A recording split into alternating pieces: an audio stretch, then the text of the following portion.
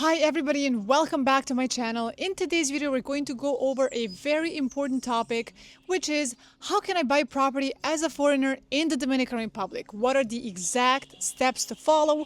What are some of the costly mistakes you should definitely avoid? All of that is going to be covered detailed in this video, step-by-step guide. So keep watching and let's go over the entire process. First of all, let's start with the most basic and common question. Can I even buy a property as a foreigner in the Dominican Republic? How does that even work? To answer that question very simply and clearly, yes. You do not need a Dominican citizenship, visa, residency, none of it. You as a foreigner that has nothing to do with the country can 100% outright own a property in the Dominican Republic. Say you purchase a property here, you will get a title of the apartment or house with your name written on it, and you will own the property 100% with the exact same rights as a Dominican citizen. Now, as a foreigner, what kind of documents will you be asked when it comes to, of course, your IDs? You will need to supply your IDs. The obligatory document that everybody's going to ask for, whether it's a developer, attorney, it's going to be your passport. It needs to be a valid passport as well. On top of the passport, you're always going to need a second ID because a foreigner is always asked to provide 2 valid government-issued IDs. That second ID, in most cases, can be a driver's license, which again does have to be valid, and in some cases it can also be a local ID and other government-issued IDs, but in most cases, again, you would just submit the passport and the driver's license. Without these 2 valid documents, you're not able to purchase a property here. Besides the 2 government-issued IDs, there's other documents that you will be asked for. Again, it really depends whether you're buying pre-construction, whether it's a resale, where the money is being sent exactly, but we're going to cover all of this a bit further along in the video. Now comes the most important part, of course, is how do I actually get started with the property search? What do I do? Well, what most of you are going to do, what I would do, of course, if I were to explore real estate in any country globally, I would go on Google and just type in property for sale in Punta Cana, right? This is the, for sure, #1 step everybody does. And there's nothing wrong with this step. It's the next logical step. However, you do have to be a little bit careful here. Why that is because in the Dominican Republic, there is no MLS. There is no Zillow. There's not one website where you can find absolutely every single legit listing out there. The only website that is somewhat similar, I would say, but not even similar, but where you can find properties that are more or less being updated on a regular basis. Again, every realtor and every agency does their own updates, so it's really hard, but this website does kind of accumulate a lot of the listings, and that is ProperStar. So on ProperStar, you can find a lot of the active listings, but also a lot of the old listings. So I would perhaps look there if I were you. Plus, I would, of course, go to the official website of internationally recognized brokerages that have a good reputation, both globally and locally, and also check on their websites. This is, of course, just to give you a general idea of what is out there. Again, because of lack of MLS, there's gonna be a lot of listings online you're gonna find on a million websites that are old, not updated, perhaps not even correct, perhaps just clickbaits just to get you to request information so they can get on a phone call with you, of course, or get your contact information and start sending you some other stuff, right? This is very common here. Unfortunately, because of the lack of the MLS and because of the lack of control of listings, that's always gonna happen. So to get a general idea, you can go to ProperStar, you can go to reputable brokerages, check, of course, some of the active listings, inquire about them as well. But the most important thing is to find a local, reputable realtor who can actually give you the correct information of what's available, what's recommended, what the good developers are, and what, of course, the good resales are that are currently available on the market. And we're now going to cover how to buy a pre-construction property here. Say you found the property you like, you have talked to your realtor who has sent you various pre-construction options, you've had the Zooms with the developer, maybe you even visited this site and you decided, I like this particular project. What's the next step?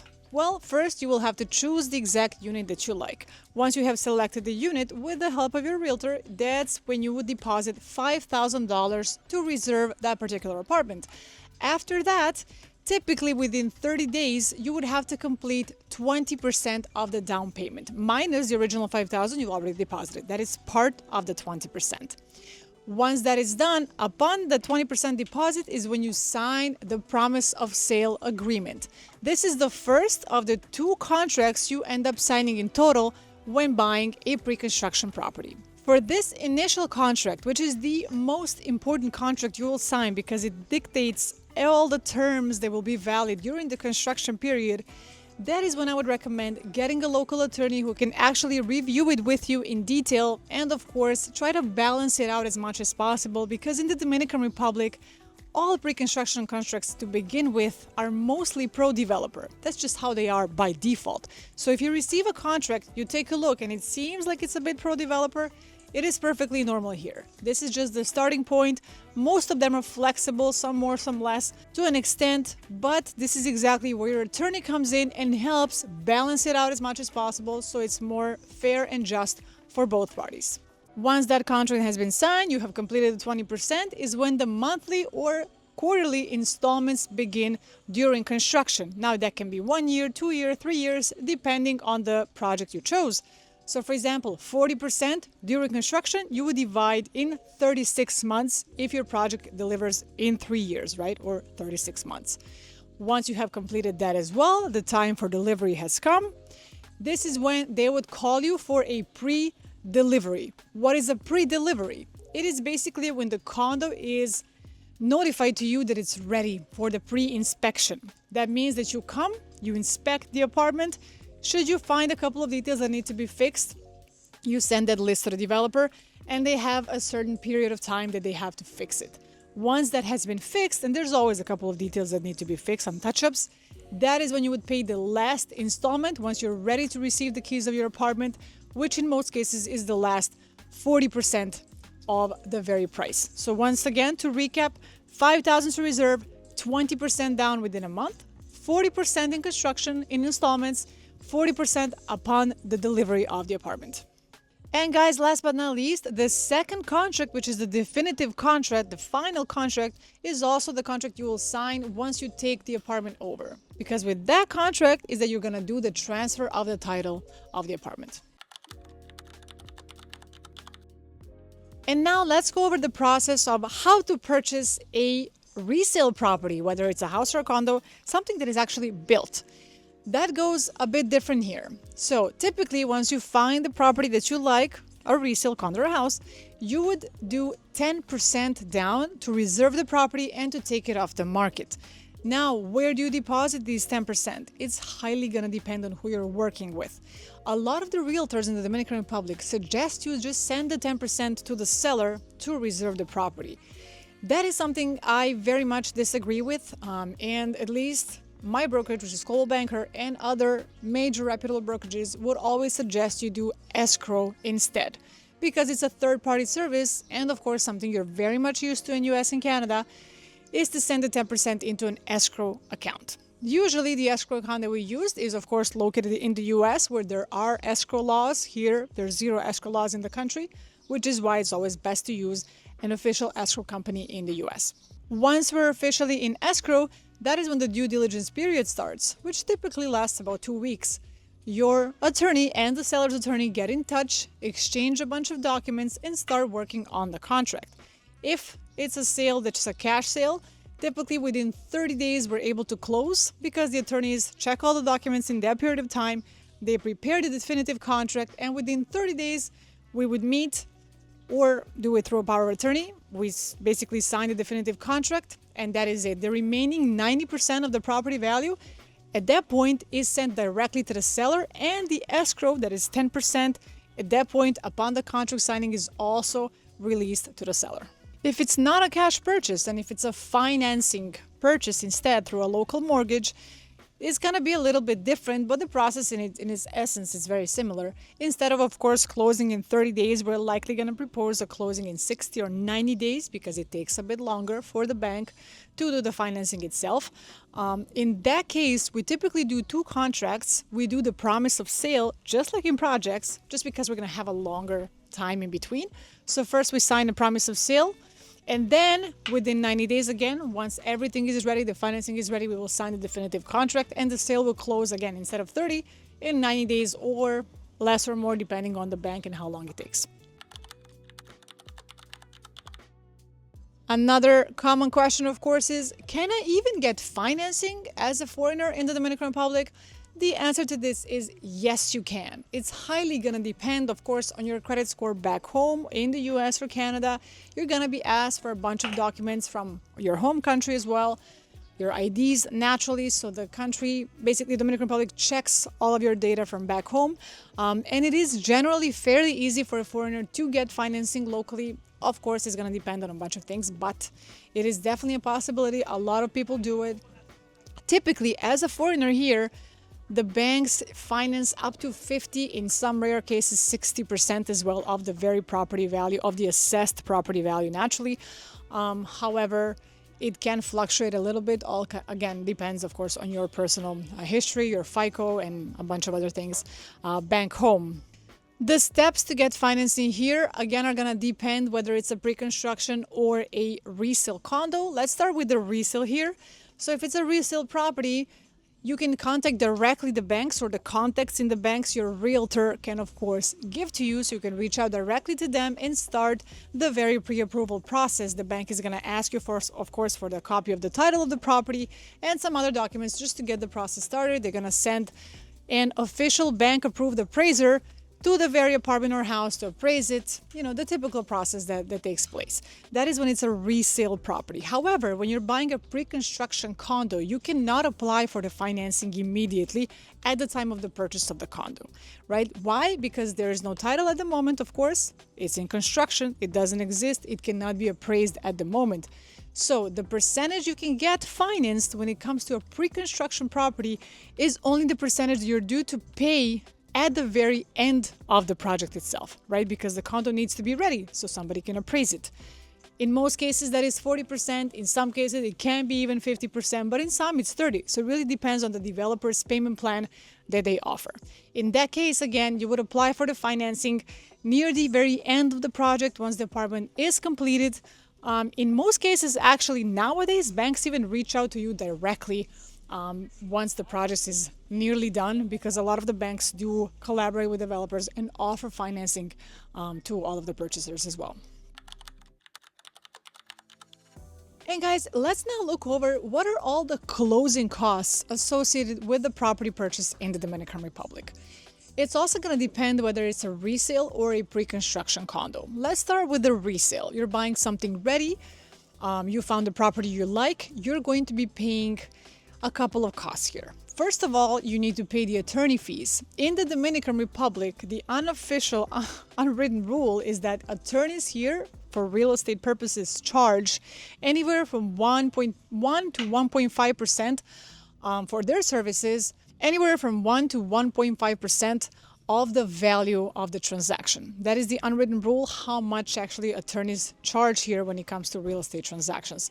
Of course, there are attorneys that I would recommend that wouldn't base this, let's say, blindly off of this rule, but again, they would of course assess the transaction itself, how detailed it is, how thorough, how complex, and based on that, they will give you a fair quotation, which in some cases actually does even drop below the 1%. But again, it's also gonna highly depend on who the attorney is, how skilled they are, and how much experience they have in the particular area that you're purchasing the property in. Besides the attorney fee, another very important closing fee you have when it comes to resale properties would be the transfer title tax. It is the tax that you pay to the Dominican government. It's a one-time fee, but it's equal to the 3% of the registered property value, right? So if the transaction is being done for $300,000, you're going to be paying, just to give you guys an idea, 1%, let's say, for the attorney fees, which is $3,000, and you're going to be paying 3% to transfer the title in your name, which is $9,000. So on a $300,000 resale of a condo, you will be paying $12,000 roughly, of course, on the closing costs themselves. And when it comes to pre-construction properties, the closing cost, because of this beautiful incentive that the government offers, which is called CONFOTUR, you only basically have one closing cost, and that is the attorney fees. Should you choose to use an attorney, which I highly recommend if it's your first purchase here. That is the only closing cost you have, because the CONFOTUR tax incentive actually gives you tax exemptions here. It says the first owner in a new project in the Dominican Republic, not all projects have CONFOTUR, but most do, you basically would not pay that 3% title transfer tax, completely voided, and you of course would not pay the 1% annual property tax for 15 years, right? So it's a beautiful incentive. So because of this, your closing costs in pre-construction condos and houses only come down to the attorney fees. That is it. And now we're going to cover a very important question too, which is, can I buy the property from abroad without even coming to the Dominican Republic? The answer to this is a little bit surprising, because you actually can completely purchase the property without coming to the Dominican Republic. Now, here we're going to make a slight distinction between, again, the pre-construction condos and something that is ready right now. For example, for something that is ready right now, you typically do need to be present to sign that definitive contract in person, because for it to get notarized locally, it needs to be a manually signed contract, and you need to have been present in the country normally. However, there's also a way for you to leave a power of attorney through a consulate in your home country to your attorney or to your realtor, however you prefer to do it. So that way you give them a power of attorney that you would FedEx over here, and they can sign the definitive contract for you, of course receive the keys and everything else. So you definitely can do it. If you have never been in the country, you do it through a consulate. If you have, for example, been here recently, there's a way to do a retroactive power of attorney. There's a couple of ways we can handle it, but it's definitely possible. Now, when it comes to a pre-construction project, it is a bit easier to get started with the process without even being here at all. Because remember, the first thing you're signing is the promise of sale agreement. That promise of sale agreement, with the majority of developers nowadays, you can actually sign it digitally by a DocuSign, via Firma, PandaDoc, Dropbox Sign. There's so many platforms now that are available for this. Each developer uses a different one, but it's definitely a possibility. So that first contract you would sign digitally, and the second one upon delivery, if you again cannot be present, you can leave a power of attorney, and your attorney or a realtor can sign the definitive contract and get the keys for you. And guys, lastly, what happens once you have purchased the property here? What is the post-sales service like? That is highly going to depend who you purchased with. And this is why, again, I'm going to emphasize who you choose as a realtor, because you need somebody who's going to be present for you the entire time, even after the sale takes place.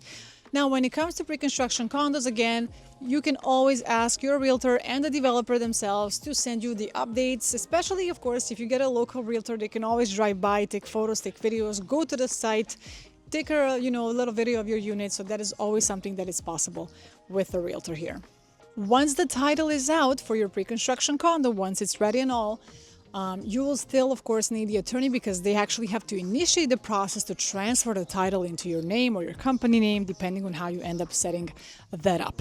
But again, the post-sales actually takes place much longer than you perhaps would imagine it, because a lot of things do need to happen after you have purchased the property, especially in the pre-construction condos, because the attorney and the realtor stay together with you from the beginning, from the moment you reserve the property until the property is fully delivered.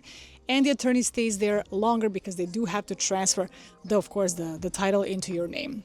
But naturally, it's very important to get somebody you can always call, you can always text, and they will always be there for you to reply and give you that peace of mind and send you the updates all the time. When it comes to resale properties, once you have purchased the property, also it's important to know that the title doesn't automatically get transferred in your name. It doesn't happen either way, so you will still need the attorney to start that process. And in this country, transferring the title is not something that takes a day or two. It really depends on how busy Registry of Title and, of course, the DGII here, which is the local tax office, how busy they are. It's highly going to depend on that. So instead of it taking a couple of days, as it might take abroad, here that process can take anywhere from 2 to 4 months, even 5 in some cases. It really depends. But as long as you have signed the definitive contract, the property is yours legally. It's just a matter of time while the process, of course, is being executed to transfer the title into your name. Before we wrap the video up, I also wanted to cover quickly a very important topic too, and that is who actually pays the realtors in the Dominican Republic and how does the real estate market here work? Is there exclusivity, etc., right? Do I have to inquire on 15 different properties with different agents, or can one agent just take care of it all? So how that works here essentially is that your agent is always paid by the seller, right? By the developer, by the seller of a resale property. So you do not pay any realtor fees in the Dominican Republic. So there's no buyer agent and seller agent. Your realtor represents you entirely. And because there's no exclusivity in the Dominican Republic, every realtor chooses what they want to represent, what they want to sell. And of course, they should at least vet the option, vet the developers, check that everything is in order before they even decide to promote a certain project. It is important to know that even though there's a lot of things you're going to find online, there's no exclusivity as I mentioned, so one realtor can sell whatever they want to sell, and this is why you need to find a good local realtor who can actually tell you their honest opinion on certain projects and certain resales, because a good experienced local realtor will know exactly what to do in that case. For example, you do not need to speak to 15 people. You may initially just to kind of, see who you like working with the most. But because of the lack of exclusivity, one can actually get all the information for you, send you the best options, and give you honest opinions on who you should go with based on their, of course, experience in the area. And guys, that was a wrap on how to purchase a property in the Dominican Republic in Punta Cana. Hopefully that was a lot of initial information for you, so you now get that initial idea on how to proceed with at least starting to look for properties here and starting to get that right realtor for you. If you guys would like some more information on the topic, make sure to drop a comment down below, write Punta Cana, and I'll be sure to reach out to you guys and get you a detailed guide on how to actually get the property, the perfect property for your individual needs. As usual, thank you guys so much for watching. Make sure to hit that like, share, and subscribe button if you would like to keep seeing more of these videos. And I'll make sure to see you guys in the next one. Have a great weekend, everybody, and I'll see you soon. Goodbye.